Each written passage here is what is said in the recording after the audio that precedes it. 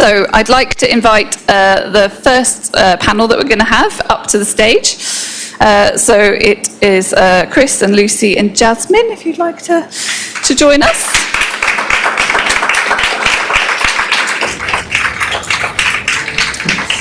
No ball game signs. They've been hanging over London since the 1970s. No hope. No freedom. No dreaming.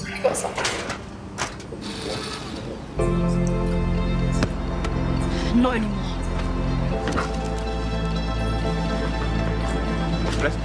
Yeah, nigga. Yo, what you saying? Calm down, man.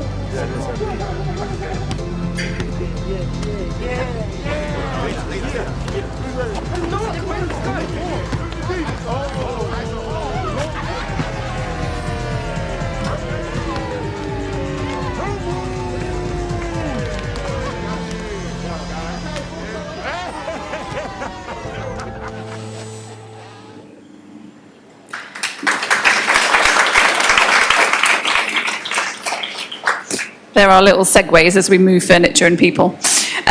So I'm really pleased to be joined by three speakers who bring really different perspectives to the question of what shapes the doorstep and how we deliver better outcomes. So we've got Chris Martin, who's an urban designer and strategic planner working on streets, movement and the public realm. Lucy Saunders is a public health specialist, urbanist and transport planner, and the creator of the Healthy Streets approach. And Jasmine Hoffman is a community advocate who has campaigned for the children's right to play on the doorstep in West London. So each of them is going to begin with a short few thoughts on the session's topic, and then I have some questions, but I'd really like to open it up to the floor as well in terms of taking some questions for each of these guests. So I'm not sure who's up first, depending on the slide. It's like roll the dice. Oh, is it me? There you go. Am I coming up here or? If you do that, it's up to you. Thanks very much.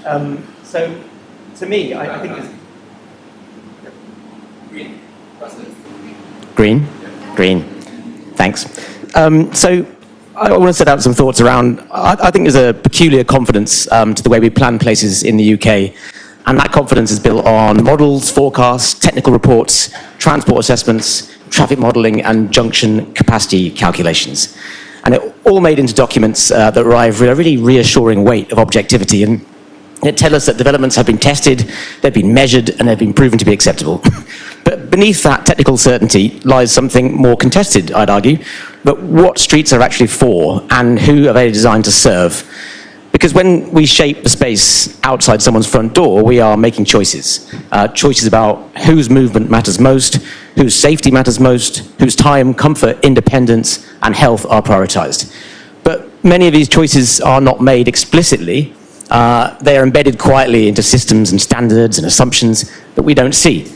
So when places are finally built, it's quite common to feel that something often feels a little bit wrong. You see it in empty pavements, unavoidable short car journeys, housing estates where driving half a mile to buy a pint of milk is the norm, and you notice it in the streets that technically feel and technically function perfectly but never quite feel alive. Now, these are not failures of execution, I would argue. They are outcomes of a system doing exactly what it was designed to do. Because for decades, our planning system has not really been planning for people, it's been planning for traffic. We measure flow instead of access, capacity instead of proximity, vehicle delay instead of daily life. And in doing so, we've sort of quietly organised our towns and cities around the unstated assumptions that movement by car is the default condition of modern life. You can see this most clearly in the transport assessment, which I'll circle back to, is going to be my main bone of contention for this. And it's the central document behind every major development. And on paper, a transport assessment sounds really neutral. It evaluates how a development will affect the surrounding network, it counts trips, models congestion, and checks whether nearby roads can absorb traffic. Technically, extremely sophisticated, but actually, look what it measures. A transport assessment can tell you how many vehicles a development might generate, but it cannot tell you whether a child can safely walk to school. It can model peak hour congestion with remarkable precision, but it will not tell you whether an older resident can get to a GP without needing a car. It ensures traffic continues to move, but it doesn't ask whether people can live well. And that distinction for me changes everything, because once traffic flow becomes the dominant measure of success, every other assumption starts competing against it. Child-friendly streets and walkability competes against highway geometry, local services and public health compete against land values. And even when everyone involved says they want sustainable, healthy, inclusive places, the system still struggles to produce them because the incentives and measurements and the governance structures are pulling in different directions for often very defensible reasons. And that is why the doorstep becomes a contested space for me.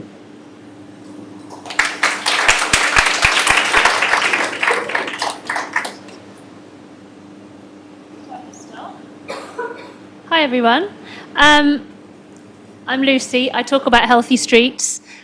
We were asked to present one slide, and Chris knew what my slide was going to be because it's always the same thing. It's that colourful circle, and it looks very simple. And what it's describing is what we should be trying to focus our streets to feel like for people. And this framework is called the Healthy Streets approach. It says there are 10 ways that we should be assessing our streets to see whether they're actually meeting our basic human needs. And my view as a public health specialist is that the absolute bottom line is that we don't actually create environments that are unsafe for human beings to be in. But this is a wild new idea to the world of transport planning, where, as Chris has just described, the focus is usually on traffic flow, and then later on, as a nice add-on, we think about other things, including whether an environment is fit for human consumption. The Healthy Streets framing is deliberately shaped around giving environments that feel right for people for two reasons. If you go around and say, hey, everyone, you should all walk more and cycle more and let your children play in the streets, there are many reasons why people aren't doing that already. They have lots of complex thoughts that they're having to grapple with in their minds. But if you say, do you think it's good enough that your street isn't meeting your basic needs? Hopefully they'll say, that does seem like a bit of a miss, that we haven't actually made sure first and foremost that our streets are safe in the same way that we expect our water to be clean and our electricity supply to not electrocute us. We should expect that our streets are safe and healthy environments. So framing conversations about streets around basic human needs can be a great equaliser. And I'd like to know who here thinks it's important that streets are good for kids? Okay, so we're not necessarily fully representative of society as a whole, but most people will agree that streets should be good for kids. But other people have got other priorities as well. They might think streets need to be good for people in their 20s, or people in their 60s, or people in their 80s. They might think streets need to be important for people who are new to the country, or people who are struggling with health issues, or people who've got mobility impairments.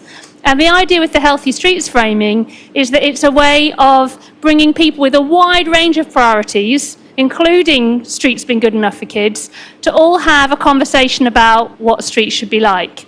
So that you don't have to argue for the case of streets that are good for kids, you just argue for streets that deliver these 10 indicators that are good for everyone.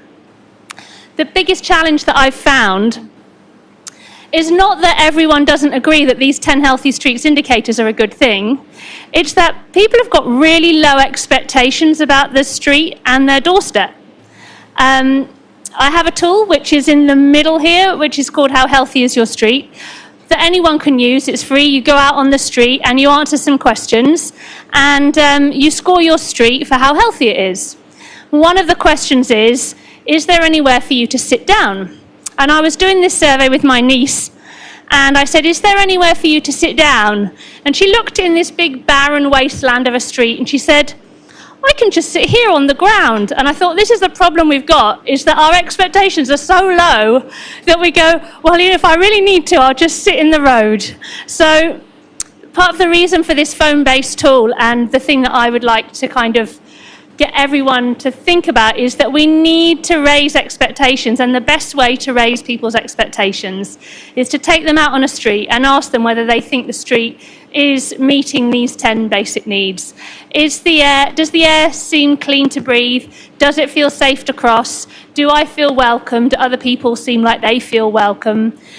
Is there shade when I need it, which I thought there was until I tried cycling here today, and now plenty more work to be done on that front. So really getting people out onto the streets and looking at the street from a new perspective, not looking at it from the perspective of a street that is like all the other streets we've ever seen, but is this a street that is at least, if nothing else, meeting my basic needs?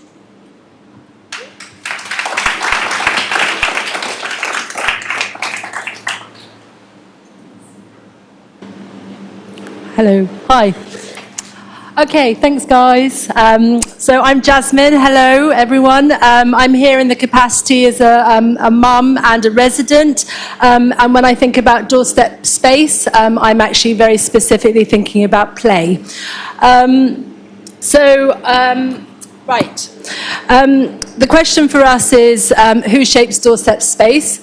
My view is that Doorstep space is shaped by whoever has the power to say no. This is my doorstep space. So I'm a resident in West London. We have a lovely, lovely, lovely big garden. It's the reason why we chose to live here. We moved in 10 years ago. Big oak trees. The garden is shared by 6 flat blocks. And my children, I have 3 kids, all primary school age. They've been growing up with their friends in this garden space. It's where they go to decompress after school. This space is the backdrop to so much joy. It is also increasingly becoming a hostile doorstep space. It is a contested space. And that happened 2 years ago or so, or at least it came into my sphere of understanding 2 years ago, when our housing provider put no ball game signs up in the garden. When I reached out to find out why this had happened, I was given a whole host of reasons, but essentially it came down to the fact that residents were feeling put out by children playing, so kids making noise, stray balls on balconies, what else? Risk of windows being smashed, risk to cars that were there. There's a car parking space just backing onto the garden. Anyway, you name it. Oh, and the grass. The grass was a big problem as well. Anyway, lots of different problems being put on blamed on children, for me, this was not good enough, and I decided to stand up against that. The reason that happened, the reason I started standing up, is because parents as a whole, it really shifted the dynamic in our community.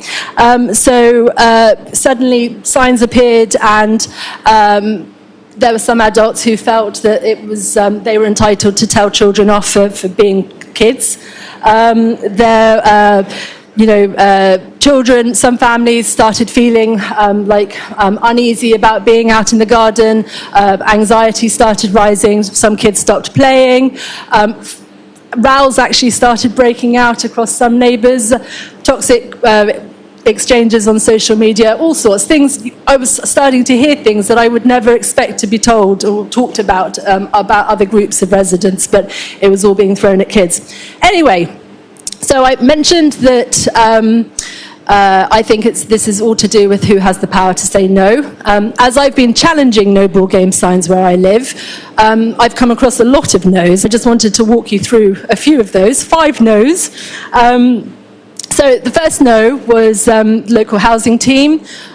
When I tried to resolve these play restrictions informally, their big no was no ball games in the garden because the garden wasn't designed for ball play.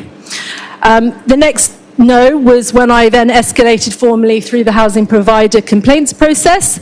I was told, no, we've acted in accordance in line with all of our policies, and the problem here is that there is no policy for play, therefore the lines get blurred between play and nuisance and antisocial behaviour, and no one really knows what they're doing with any of that.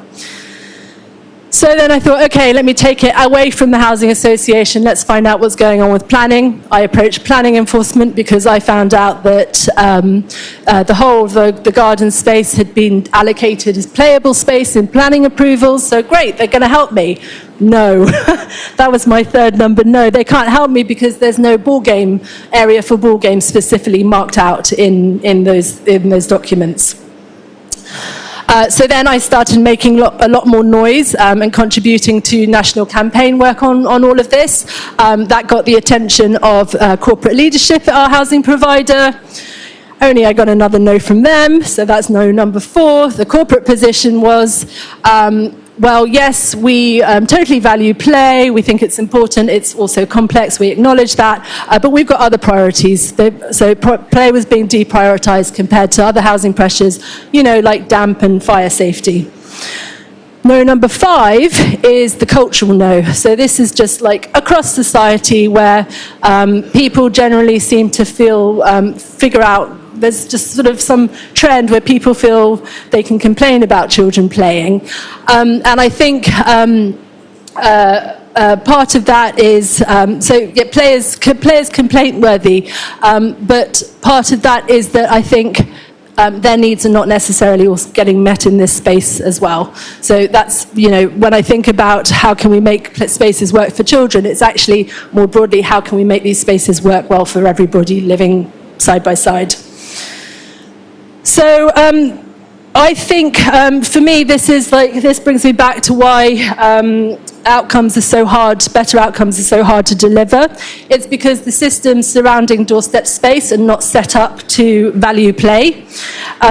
So complaints are visible, noise and risk and damage, those are all visible. But things like belonging and confidence and freedom and movement, there's no KPI for these in the systems that are managing these spaces.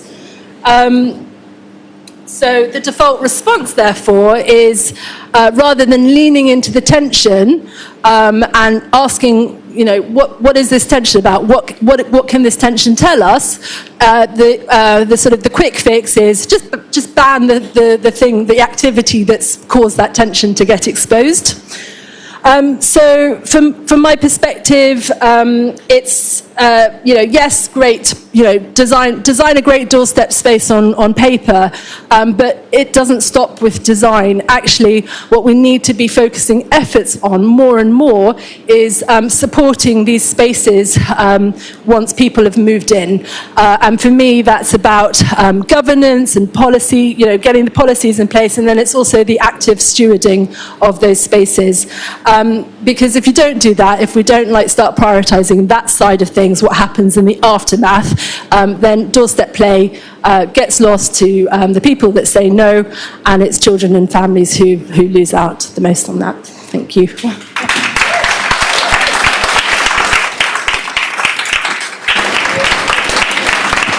Great, thank you for that, all three of you. And we traversed an awful lot of ground, which I just think is part of why this conversation is interesting, because we went from transport policy through to looking at a streetscape through to actually a lived experience of play for individual children. And so this is what happens as we start with one thing, it explodes to lots of things. We're talking about individual experience, and we're also talking about sort of population health and all the rest of it. So I'm going to perhaps ask you one question before we throw it to the room. It's a slightly unfair question, but considering the standpoints that you each started with, so Chris in terms of sort of transport policy and highways, Lucy from that public health perspective and making that count in decision making, and Jasmine from your sort of activating space, the cultural stuff that sits around it. If you could change something, I'm not just going to say one thing because it's not fair, but if you could change something in the short term, what would it be that, in policy, in practice, or in professional culture, or in sort of wider society, that could improve how we think about the doorstep, how we approach the doorstep? So like I say, slightly unfair question. Does anyone want to volunteer to go first? Go for it, Lucy. I think Roger probably has a better answer than me to this, but anyway, we can ask him later. One of the big challenges I think is that if you look at who controls our doorstep space, it is mainly transport policy and highway engineering who are in control of that space. They're the ones who have to give permission on anything that happens on those street doorstep spaces. And we as a society 70, 80 years ago designated that as they're the people who we are going to put in charge of managing this public space. And it means that whatever the complex social problem that arises, for example, the one that Jasmine has outlined, we hand it over to the highway engineers and we say, here's the complex social problem, you need to fix it. We give them almost no money, and their skill set is highway engineering. So they do the very best that they can with that available, but they're really limited. And so if I could change one thing, it would be that we take responsibility from streets away from one professional body and make those decisions be made by a more mixed group of people, and that we make sure that the funding is linked to that kind of more shared ownership as well. And who here is from London or living in London, working in London? Many of you. So Healthy Streets is the strategic framework for London, and it has been for nearly 10 years. So in theory, all your doorstep experiences should be reflecting those Healthy Streets indicators that you looked at earlier on. It's a long process, but something that is at least being tried here that hasn't been tried elsewhere is an attempt to have a framework around street decision making that isn't purely from the perspective of highway management. So that's my suggestion. Happy to go next. I think moving on from what I said earlier, I think the important thing is at the moment our highways departments and our highways planning process is based on traffic flow and ensuring that traffic which is predicted to arise from a development doesn't overburden the existing network. And I think what we need to do is start asking completely different questions based around proximity and access rather than traffic flow. So how people actually access the things they need on a day-to-day basis is basically the genus of quality of life outcomes. If you have to get in a car just to be part of society, to access work or employment, same thing, to access healthcare, work, school, these kind of things, then that we're building in car dependency, we're building in streets that are full of cars and don't have children's play. So we're asking the wrong questions and we're answering them very scientifically, but we need to change the questions. We need to base transport assessments or scrap transport assessments and create walkability assessments, something like this, based around access and proximity. And then the second thing I'd probably say is around, on Lucy's point really, around the sort of highways, and we have planning, shouldn't that all be one department? Radical. Jasmine. So I think if there's just one thing that I would change or do more to support, it's community activation. So I think there is, certainly in a housing provider context, we have a lot of top-down management of these shared spaces, and essentially they are managed as assets rather than community infrastructure. And so therefore it's the vocal few that are complaining about things that get listened to. But actually we need to hand power and flexibility to the people that are actually actively using that garden space. So, play champions would be one thing that I've kind of just naturally fallen into that. So for the residents that don't know because there are residents that don't have kids and they're the ones that sort of have preferences for more ornamental spaces. But I've put myself out there as someone who, if there are kids playing and you're finding things a bit tricky, reach out to me and I'll figure out which family it is, and then I kind of help mediate that in the moment. And so if that was actually a situation where we had many play champions across different places that could all be connected and sort of support that kind of ongoing conversation, then things would be intercepted before they turn into hostility. And residents just having an ability, being empowered to make changes to their spaces. You know, we talked about putting benches into streets and things. Put benches into spaces that create little sociable spots. But the problem is with that is then you've got other neighbours who say, oh no, we've literally had this conversation. If you put a bench into the garden, then it's going to encourage like littering and antisocial behaviour and da-da-da-da-da. So there's all the reasons why not, and never any of the reasons why. So I think it's just about creating a forum for those discussions to happen and for things to be tried out, just, you know, on a trial basis and lock in what works and just move on from what doesn't. Brilliant, thank you.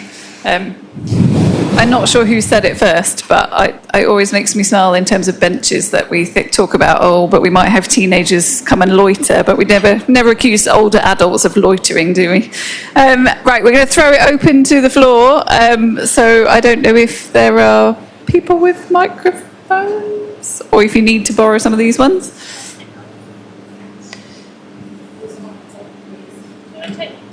Yeah, we can pass.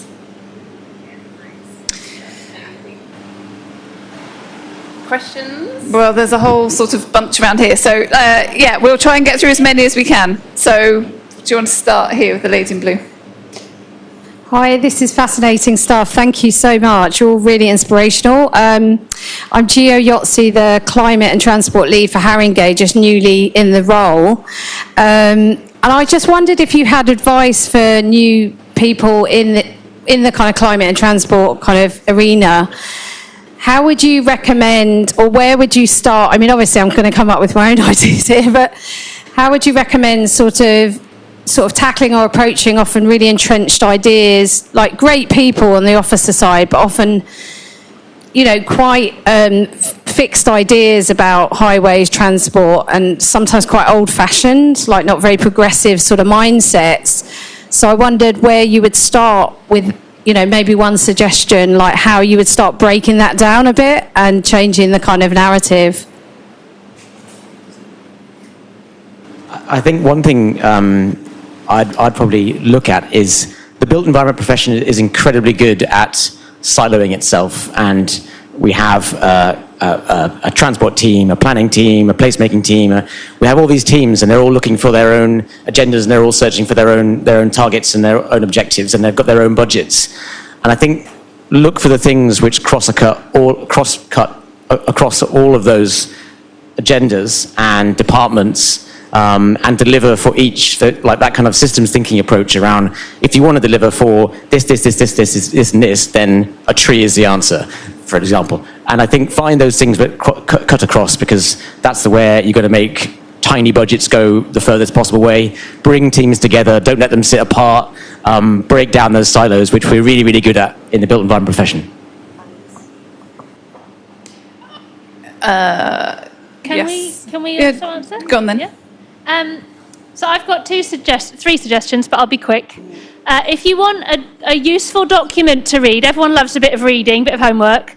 There's something called Framing Walking and Biking by an organisation called Vic Health, and they've written a really good document on how to phrase what you're saying in a way that doesn't entrench polarised views. So if you're thinking about how you say things, I recommend Framing Walking and Biking Guide by Vic Health. But the number one recommendation I have for changing people's views is getting them out on streets, because there is a vast difference between the needs that people see when they walk and cycle and use public transport every day and the needs that people see when they go everywhere by car. So take any opportunity you can at work to take your colleagues out on the street. If you have a team away day or a team meeting, take them out for 10 minutes to assess the street, because that makes a big difference. Okay, that one, and then lady in green. Hi, I'm Sarah Young. I was the transport lead for Hackney until the local elections. So Hackney was third, I think, last year on your scorecard for healthy streets. But I just wanted you're very much preaching to the converted in the room, and I just wanted to put a word out there for how flipping hard it is actually to get these policies through and to make the changes that we all, the people in this room want to make. And as the recipient of the hate mail for all the work that we do in Hackney, it's pretty tough in there, it really is. And I wanted to ask the panel, what would you say to everybody in the room in terms of really making sure that people feel heard who feel like they're the losers in these? So the person who says, I have to drive, I'm a care worker, I've got elderly parents I'm driving, I've got all these tough things going on in my life, and you're making it harder for me. Anyone want to stab at that? I think having those conversations myself quite a lot, I think it's about being open about the connected consequences of our actions and choices. I think we're so entrenched in the society we live in that cars are just the way people get around, streets are for cars. In the 1950s, it was the automobile industry that funded road safety campaigns for stop, look, listen. That wasn't nice stuff. That was actually brainwashing children to make them think that streets were for cars. Streets were for cars, and crossing them, they were the ones given now responsibility rather than cars having responsibility. So this is systemic, right? It's about connecting people's decisions, their choices with all the actions and all the outcomes of those. So I think that's having those conversations with people is really quite refreshing sometimes, about finding out exactly where they would then decide to do things differently. And I think that can be really valuable. I think also sometimes, maybe as I'm not a politician I can say this, but some people, you're never going to change their mind, so you're almost kind of like wasting your energy trying. And some people, their whole reason in life is to waste your time, so you can't do good stuff. So I think sometimes you just kind of like put them up on a shelf, look at them, know they're there, preempt what they're going to do, and then focus your attention on positivity. I've got a slight kind of add-on to that, which is that for the sake of all of you and being able to carry on with this fight year after year after year, we need to find a way for you to hear from all the people who are grateful for the things that you've done as well, because you are always going to hear from that 15% who are fixed in their negative views, but you have to go to work next week and the week after and a year after that, and to protect you and to give you the stamina to endure this, we need to get better at giving you some of that positivity that comes from all the people who walk along the street or wait for the bus and go, oh, nice, and then carry on with their day. Because that is most people, but that's not what you're getting to hear. And what I see, I don't just work here, I work all over the world with different cities, and I find teams who do amazing projects. It makes them so unwell or so miserable that they then have to spend 3 years just recovering before they go back to do the next one. And we've got so much we need to do. We haven't got time for each team to need a 3-year recovery period from every horrific, painful project that they have to deliver. So we've got to find a better way of looking after everyone. Jasmine, have you got any reflections from, or maybe it's still too ongoing? No, I mean, I would say, sorry, can you hear me? Yep. I don't know if I mentioned, but my children do still play in our garden, and that's because families have come together and stood firm to the extent that, I'll just let you, the chief complainers, a couple of the chief complainers have actually bought balls for the kids, softballs. So we are winning, but that's just our small garden community, and there are many others where that is not happening, and that's why we actually do need to figure this out at a wider systemic level. Okay. Alice Ferguson from Playing Out. So it feels like a big part of the problem with all of this is children's invisibility. And I mean, in public space, in streets, you don't see children out and about, but also within policy making, children are weirdly not a statutory equality group. So how do we make sure that policymakers are consciously considering children amongst all the other groups of people? And specifically for you, Lucy, how do you make sure that the Healthy Streets model, which I totally understand why you're not talking about specific groups of people within it, how do you make sure that doesn't become another way for children to be missed out? So shall I say something on that national piece? So as part of a very broad coalition led by, by people who forged the way, certainly it is about getting children and young people just named in some of these big high-level national strategies and policy documents to try and begin that cascade. So if it starts at the top and it then cascades into, actually at this next level down, I need to think about that too. And at this next level down, I need to think about that too. And what they need to think about will change depending on the level. But absolutely there is a vacuum currently, despite lots of well-meaning words, certainly in the Labour manifesto when they were voted in, about raising the healthiest generation, etc. We're still not quite living up to that as a mission. So some of it's about that from the policy point of view, and trying to work on that at different levels all at once where we can. And you'll always get great exemplars that we can then hold up and go, look, they did it, they thought about it, they took these actions, and look what you end up with. So definitely there's something of that. I recently was talking with some officers in a local authority who said our politicians just don't listen to what we're saying. They hear what's said from what's in the mailbag. It's never positive.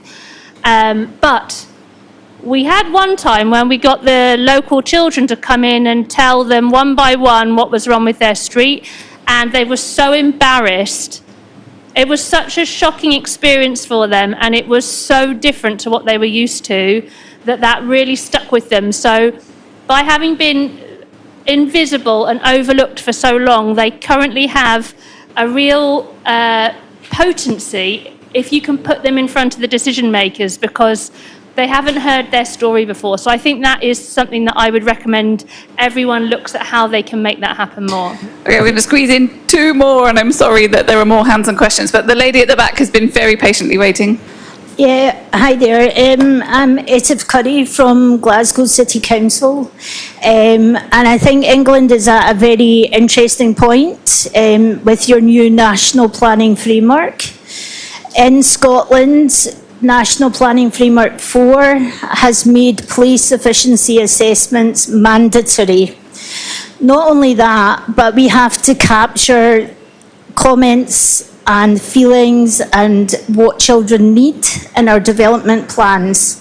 Now, this is a massive step change, and I would recommend that England look at what we're doing and the momentum that we're getting.